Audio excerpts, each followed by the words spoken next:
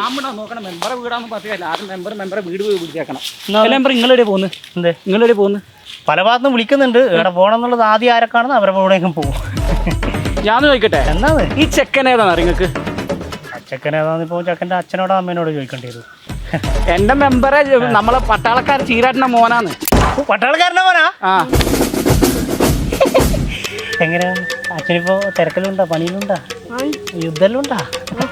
മെമ്പറെ ഈ ചെക്കൻ്റെ തലയിൽ എന്താ പറയാ? ഓൻ്റെ തലയിൽ എന്തെങ്കിലും ഒരു സാധനം ഉണ്ടെങ്കിൽ പിന്നെപ്പോഴത്തെ വിവരദോഷിയുടെ കൂടെ ഇറങ്ങി വരൂലല്ലോ. മെമ്പർ നിങ്ങൾ കാര്യത്തിന്റെ ഗൗരവം മനസ്സിലാക്കണം. അത് താലോക്കടാ, താലോക്ക്. ഞാൻ നിങ്ങളോട് കാര്യം ചോദിക്കട്ടെ, നിങ്ങൾ എത്ര കൊല്ലം ഈ പഞ്ചായത്തിലെ മെമ്പറായിട്ട്? ഇല്ലാതെന്ന് എനിക്ക് ഞാനിവിടെ മത്സരിക്കാൻ തുടങ്ങി അന്ന് മുതൽ ഞാൻ ഇവിടുത്തെ മെമ്പർ അല്ലേ? അതെ. എന്നിട്ട് ഇത്രയും കാലമായിട്ട് ഈ പഞ്ചായത്തിലെ യുവാക്കൾക്ക് ആവിഷ്കാര സ്വാതന്ത്ര്യം ഇല്ലേ?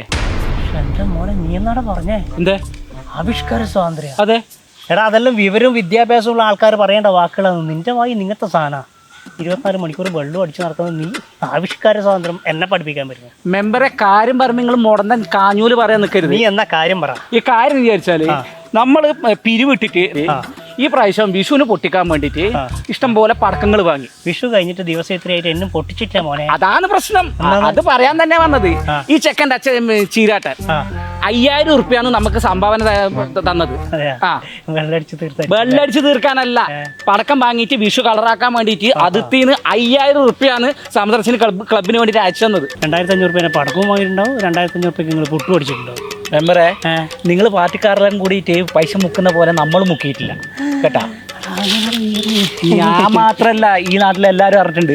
അത് ഈ പ്രാവശ്യത്തെ ഇലക്ഷന് നിങ്ങൾക്ക് നന്നായിട്ട് വ്യക്തമാവുകയും ചെയ്യും. രഹസ്യമായ പരസ്യമാണ്. ഇതിപ്പോ എല്ലാവരും പരസ്യമായി. അച്ഛൻ്റെ പൈസ പോയി മോനെ. അതെ, അച്ഛൻ്റെ പൈസ പോയി. കാരണം ഈ വിഷു കഴിഞ്ഞ് ഇത്രയും ദിവസമായിട്ട് ഇത് പൊട്ടിക്കാൻ കഴിഞ്ഞിട്ടില്ല. നിങ്ങളെന്താ എടാ, നിങ്ങൾ പൊട്ടിക്കാത്ത എന്നോട് വന്ന് പറഞ്ഞിട്ടുണ്ടാ വേണ്ടേ? നമ്മൾ പൊട്ടിക്കായിട്ടല്ല, സമദർശന ക്ലബിന്റെ അടുത്തുള്ള ആൽവക്കാർ നമ്മളെ ചടക്കം പൊട്ടിക്കാൻ വിടുന്നില്ല. എന്താ വെച്ചാൽ അവരോട് ചോദിക്കണം. അവര് പറയുന്നത് പിന്നെ മാരകമായിട്ടുള്ള സ്ഫോടക ശേഷിയുള്ള പടക്കാണ്. ഇവിടെ പിന്നെ പ്രസവിക്കാനായ പിന്നെ പെണ്ണുങ്ങളുണ്ട്, വാർദ്ധക്യം പിടിച്ച ആൾക്കാരുണ്ട്. ഈ സൗണ്ട് കേട്ടാൽ അവര് പിന്നെ എന്തെങ്കിലും സംഭവിച്ച് ചത്തുപോയാൽ ആരാ സമാധാനം പറയാം. അതുകൊണ്ട് ഒരു പടക്കം ഇവിടെ വെച്ച് പൊട്ടിക്കാൻ പാടില്ലാന്ന്. വിഷു അല്ലേ മെമ്പറെ? നമ്മളൊരു കേരളീയനല്ലേ? നിന്റെ വികാരം എനിക്ക് മനസ്സിലായി. എടോ, നാട്ടുകാർ പറയുന്നൊരു കാര്യമില്ലേ? നിങ്ങൾ ഈ മാരകശേഷിയുള്ള ഈ പടക്കങ്ങൾ പൊട്ടിച്ചു കഴിഞ്ഞാൽ അവര് പറയുന്ന പോലെ സംഭവിക്കൂലേ? അല്ല മെമ്പറെ, ഞാൻ ചോദിക്കട്ടെ. നീ ചോദിച്ചോ. നിങ്ങൾ ഈ കഴിഞ്ഞ പിന്നെ കലാശക്കൊട്ടിന് എത്ര ലക്ഷം രൂപേന്റെ പിന്നെ പടക്കാന്ന് പൊട്ടിച്ചത് ടൗണിൽ വെച്ചിട്ട്? ആടാ ഈ വൃദ്ധന്മാരല്ലേ കലാശക്കൊട്ടിന് എന്താ അല്ലേ?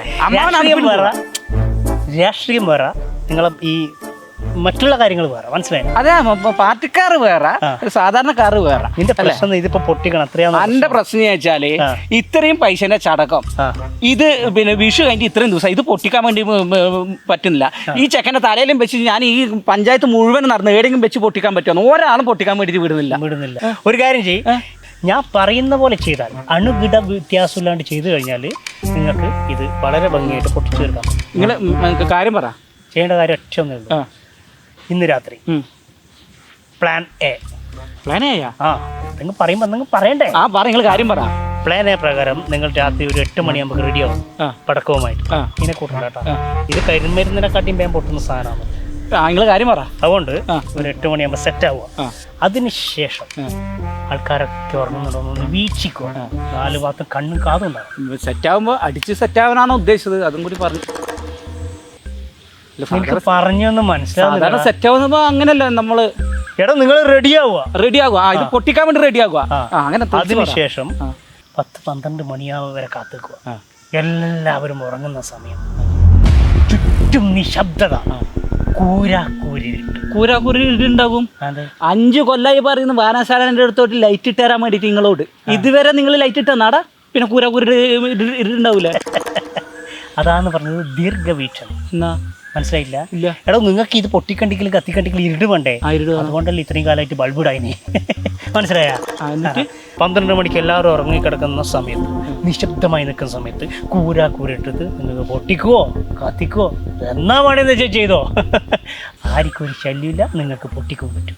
അപ്പൊ എല്ലാരും കിടന്നുറങ്ങുന്ന സമയത്ത് ഈ ഗുണ്ടും അമിട്ടും എല്ലാം വാരിയിട്ട് കത്തിച്ച് പൊട്ടിച്ചോളൂ. അങ്ങ് കാച്ചിക്കോ, അത്രയും. ഒരാൾക്കും ഒരു കംപ്ലൈന്റ് ഉണ്ടാവില്ല, ശബ്ദ മലിനീകരണം ഉണ്ടാവില്ല അല്ലേ മെമ്പറേ? നിങ്ങളുടെ ഈ ബുദ്ധി തന്നെ ആണെന്നുണ്ടല്ലോ, നിങ്ങൾ മരണം വരെ പ്രതിപക്ഷം തന്നെ ഇരിക്കും. ഒരിക്കലും നിങ്ങൾ ഭരണപക്ഷത്ത് വരൂല. ശപിച്ചതല്ല, ഇതാണ് നിങ്ങളെ പാർട്ടിക്കാരുടെ ബുദ്ധി.